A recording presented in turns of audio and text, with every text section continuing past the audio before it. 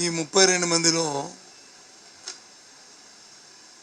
Register పార్టీలు, recognised పార్టీలు, independents అందరూ ఉన్నారు. అందులో మా వైఎస్ఆర్సీపీ పార్టీ అభ్యర్థిగా పార్లమెంటుకి ఝాన్సీ లక్ష్మిది మొదటి స్థానంలో ఆవిడ ఉంది. ఈ విషయాన్ని మీ ద్వారా ఈ పార్లమెంట్ నియోజక ప్రజలందరికీ తెలియజేస్తూ సీరియల్ నెంబర్ 1 ఇస్తూ ఝాన్సీ లక్ష్మితో పాటు ఇస్తున్న 2 ఓట్లు కూడా మా ఆయా శాసనసభ నియోజకవర్గాల్లో పోటీ చేస్తున్న మా అభ్యర్థులు 2 ఓట్లు కూడా ఫ్యాన్ మీద ఓటేసి విజయం చేకూర్చమని ముందుగా మీ ద్వారా కోరుతున్నాం.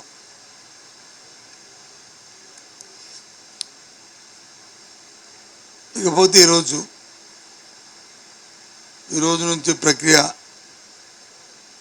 డైరెక్ట్ ప్రక్రియ ప్రారంభమవుతుంది కాబట్టి మా నాయకుడు జగన్మోహన్ రెడ్డి గారు, మా పార్టీ అధ్యక్షులు ఇవాళ మా మేనిఫెస్టోని ప్రకటించడం జరిగింది. మా మేనిఫెస్టోని తీసుకో మేనిఫెస్టోని ఇవాళ ప్రకటించడం జరిగింది. మా నవరత్నాలతో పాటు ఇంకా కొన్ని కార్యక్రమాలను కూడా ఆయన ప్రకటించారు. గత ఎన్నికలకు ముందే ఈ మేనిఫెస్టోని ప్రకటించినప్పుడే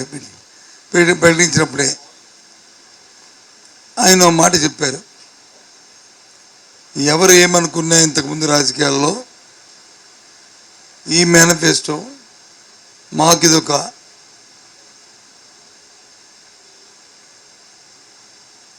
బైబిల్, ఒక ఖురాను, ఒక భగవద్గీత అనే విషయాన్ని ఆయన చెప్పడం జరిగింది. ఈ భగవద్గీతని ఏ విధంగా అయితే మనం ఆరాధిస్తామో, అమలు జరుపుతామో, ఆచరిస్తామో ఎంతో భక్తి శ్రద్ధలతో మా పార్టీ కూడా అదే విధంగా ఈ మేనిఫెస్టోని అదే భక్తితో, అదే ఆధారంతో, అదే నమ్మకంతో దీన్ని అమలు జరుపుతామనేది మా అధ్యక్షులు ఇవాళ మా ముఖ్యమంత్రి గారు చెప్పారు. గతంలో కూడా ఇదే మాట చెప్పారు. 4 సంవత్సరాల 10 నెలల 10 రోజుల కిందట దాన్ని తూచా తప్పకుండా అమలు జరిపి 99% అమలు జరిపి మళ్ళీ ముందుకు వచ్చాం. ఏవైతే పేదవాడి తాలూకా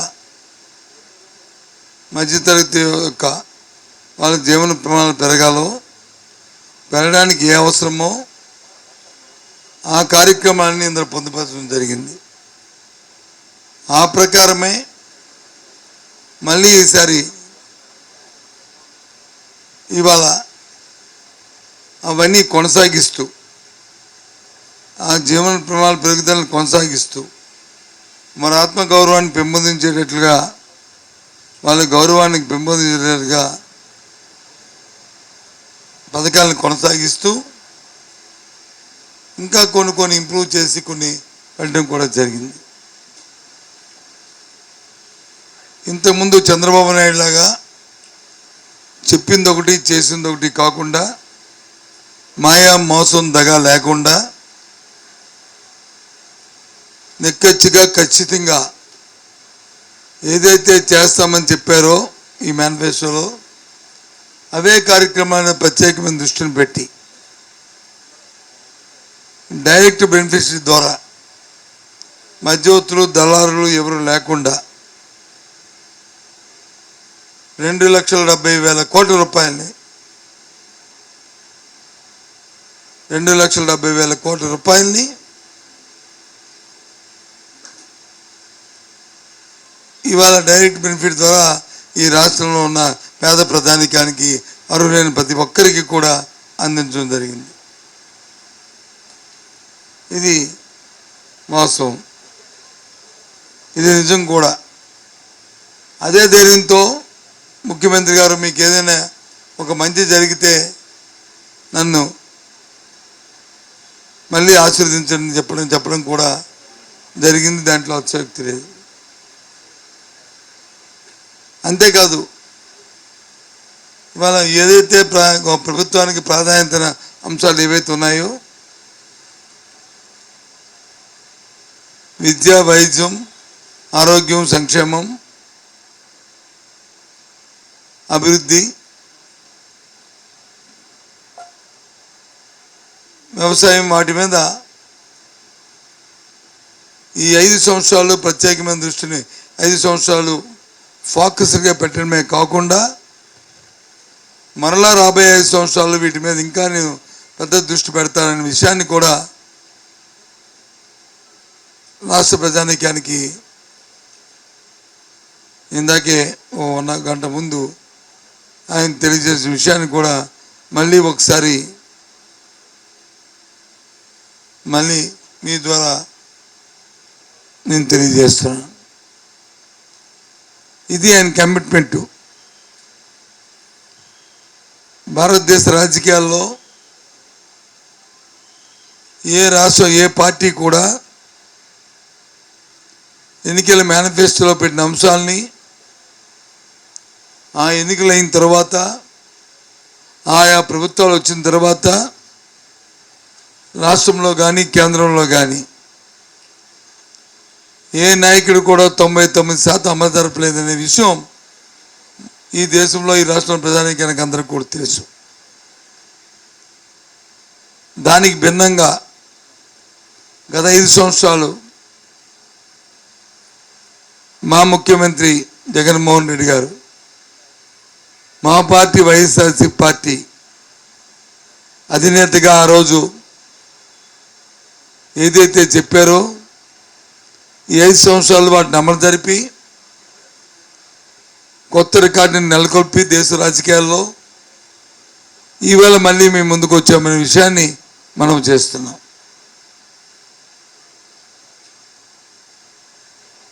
అన్ని ఏదైతే అంశాలు ఆ రోజు చెప్పిన మాటలో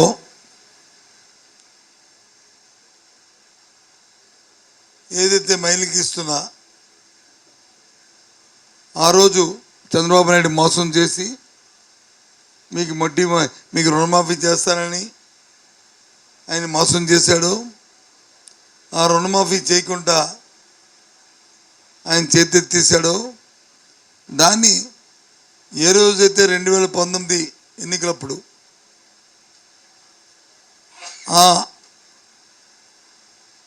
వాళ్ళు మా ఫ్యాన్ గుర్తు మీద ఓటేశారో ఆ రోజుకి ఏదైతే వాటికి బకాయిలు ఉన్నాయో ఈ అంతటినీ కూడా ఈ 4 సంవత్సరాలు దాన్ని వాళ్ళకి రీపే చేశామనే విషయాన్ని గర్వంగా మీ ముందు చెప్తున్నాం. గర్వంగా మీ ముందు చెప్తున్నాం. అంతేకాదు 40 సంవత్సరాల నుంచి 60 సంవత్సరాలు ఉన్న ఎవరైతే ఎస్సీ, బీసీ, ఎస్టీ, మైనారిటీ ఎవరైతే ఉన్నారో వాళ్ళందరికీ కూడా వాళ్ళ ఆర్థిక పరిస్థితి మెరుగుపరుచుకోవడానికి, వాళ్ళకి చేతుగా ఉండడానికి ఏదైతే వాళ్ళకి ఇస్తానన్న 75,000 రూపాయలు 4 దఫాలుగా ఇస్తున్నారు. వాటిని 3 దఫాలుగా ఇచ్చాము. 4వ దఫా కూడా బటన్ నొక్కడం జరిగింది. అది ఎలక్షన్ కమిషన్ దగ్గర స్క్రూటినీలో ఉంది. రేపు ఎల్లుండో వస్తే ఆ డబ్బును కూడా రిలీజ్ చేయడం జరుగుతుంది. 4 దఫాలుగా ఇచ్చిన కార్యక్రమం మళ్ళీ దాన్ని కొనసాగిస్తామనే విషయాన్ని కూడా మరి చెప్పడం అనేది చెప్పడానికి మేము సంతోషిస్తున్నాం. ఆ విషయాన్ని కూడా అంతేకాదు ఏదైతే 0 వడ్డీని అప్పుడు ఆ ప్రభుత్వం ఇస్తానని చెప్పి మోసం చేసిందో చేయడం, దాన్ని పకడ్బందీగా నేను అమలు జరుపుతానని ఏదైతే మా నాయకుడు చెప్పాడో ఈ 4 సంవత్సరాల 10 నెలల కాలంలో ఏ ఒక్కటి కూడా ఇబ్బంది లేకుండా, ఎక్కడ కూడా బకాయిలు లేకుండా వడ్డీని వారికి చెల్లించామనే విషయాన్ని గర్వంగా ఇవాళ ఇదే కాదు, ఏదైతే కాపు నేస్తం కానీ, ఈబీసీ నేస్తం కానీ మేనిఫెస్టోలో పెట్టిన అంశాలను కూడా వాటన్నిటిని కూడా మరి విజయవంతంగా అమలు జరిపామనే విషయాన్ని ఈ సందర్భంగా మరి మీకు గుర్తు చేస్తాను. వాళ్ళ విద్యార్థులు, పేద తల్లిదండ్రులు ఆ పిల్లల చదువు కోసం ఇబ్బంది పడుతూ, ఒకవేళ చదివించడానికి ఇబ్బంది వస్తే వాళ్ళని కోలుకో నాలుకో తీసుకుపోతున్న నేపథ్యంలో అలా చేయొద్దని చెప్పిన అమ్మఒడి ఏదైతే పెట్టారో 15,000 రూపాయలు వాళ్ళు ఇస్తానని చెప్పారో, గత 4 సంవత్సరాలు దిగ్విజయంగా ఆ 15,000 రూపాయలు ఇస్తూ అందులో 2,000 రూపాయలని మెయింటెనెన్స్ కోసం ఏదైతే తీసుకున్నారో, ఈ రాబోయే 5 సంవత్సరాల కాలంలో ఆ 2,000 కూడా ప్రభుత్వమే మళ్ళీ మా పార్టీయే మళ్ళీ జగన్మోహన్ రెడ్డి గారు కూడా చెల్లించి 17,000 ఇచ్చి 15,000 ఎక్కచ్చిగా 15,000 అమ్మ ఖాతాలో ఉండేటట్లు, ఖర్చుకు ఉండేటట్లు 17,000 రూపాయలు ఇస్తామనే విషయాన్ని కూడా మరి చెప్పడం అనేది చాలా సంతోషదాయకమైన విషయాన్ని ఈ సందర్భంగా మనం చేస్తున్నాం. ఇంతేకాదు, ఉద్యోగ సంఘాల్లో ఈ మధ్య ఓ సబ్ కమిటీ ఉంది. ఆ సబ్ కమిటీలో నేను కూడా మెంబర్గా ఉన్నాను. ఆ సబ్ కమిటీలో ఎవరైతే అవుట్సోర్సింగ్ ఎంప్లాయీస్ ఉన్నారో అన్ని డిపార్ట్మెంట్లో రాష్ట్రంలో ఉన్న అందరూ కూడా వాళ్ళందరూ పదే అడిగేవారు. పారిశుద్ధ్య కార్మికులు కానీ, లేదు అంగన్వాడీ కార్యకర్తలు కానీ, లేదు ఎస్ఎస్సీలో పనిచేస్తున్న వాళ్ళు కానీ, లేదు వివిధ డిపార్ట్మెంట్లో చేస్తున్న వాళ్ళు కానీ, వాళ్ళందరూ అడిగారు, అయ్యా మాకు 12,000 10,000 రూపాయలు మాకు వచ్చి ఇన్కమ్ లిమిట్ పెట్టారు, మేమందరం పేదలం, మాకు వచ్చి ఏవైతే ఇస్తున్న సంక్షేమ నవరత్నాలు మాకు అందట్లేదని చెప్పని వాళ్ళు అడిగారు. ఇవాళ వాళ్ళందరికీ చెప్పాం, మీ విషయాన్ని ముఖ్యమంత్రి గారి దృష్టికి తీసుకెళ్తాం. తప్పకుండా ముఖ్యమంత్రి గారు మనసున్న ముఖ్యమంత్రి దాని మీద స్పందిస్తారు. తప్పకుండా వచ్చే మేనిఫెస్టోలో ఈ అంశాన్ని పొందుపరుస్తారు. మీ మాటగా మీ తరపున మేము చెప్తామని చెప్పి ముఖ్యమంత్రి గారికి వాళ్ళందరికీ చెప్పడం జరిగింది. వాళ్ళ ఆవేదనతో ముఖ్యమంత్రి గారికి చెప్పాం. మనసున్న ముఖ్యమంత్రి కాబట్టి ఆలోచన చేసి వాస్తవం చేసి ఆ వస్తున్న డబ్బులు ఆదుకోరు మరి సరిపోదు అనేది ఆయన కూడా ఆలోచన చేసి వారి కుటుంబాలు కూడా బాగోవాలని, వాళ్ళ పిల్ల పాప కూడా బాగా చదువుకోవాలని, వాళ్ళు కూడా ఆర్థిక పరిపుష్టిగా ఉండాలని, మరి ఇవాళ 25,000 రూపాయల జీతం వరకు ఎవరైతే అవుట్సోర్సింగ్ చేస్తున్నారో వాళ్ళందరూ కూడా ఈ నవరత్నంలో తీసుకురావడం అనేది చాలా పెద్ద విషయం అని చెప్పిన విషయాన్ని ఇలా మీ అందరికి కూడా మనం చేస్తున్నాం.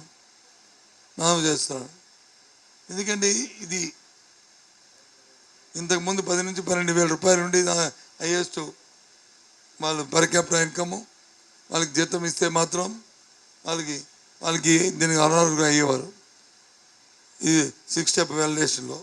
ఇవాళ అలా కాదు, దాన్ని 25 వరకు పెంచారు. ఎవరైతే రాష్ట్రంలో ఉన్న అవుట్సోర్సింగ్ ఉద్యోగులు అందరికీ కూడా ఇది మేలు జరుగుతుంది, ఆ కుటుంబాలన్నీ కూడా మంచి జరుగుతాయనే విషయాన్ని మీ ద్వారా ఆ కుటుంబాలందరికీ కూడా ఇవాళ తెలియజేస్తాను.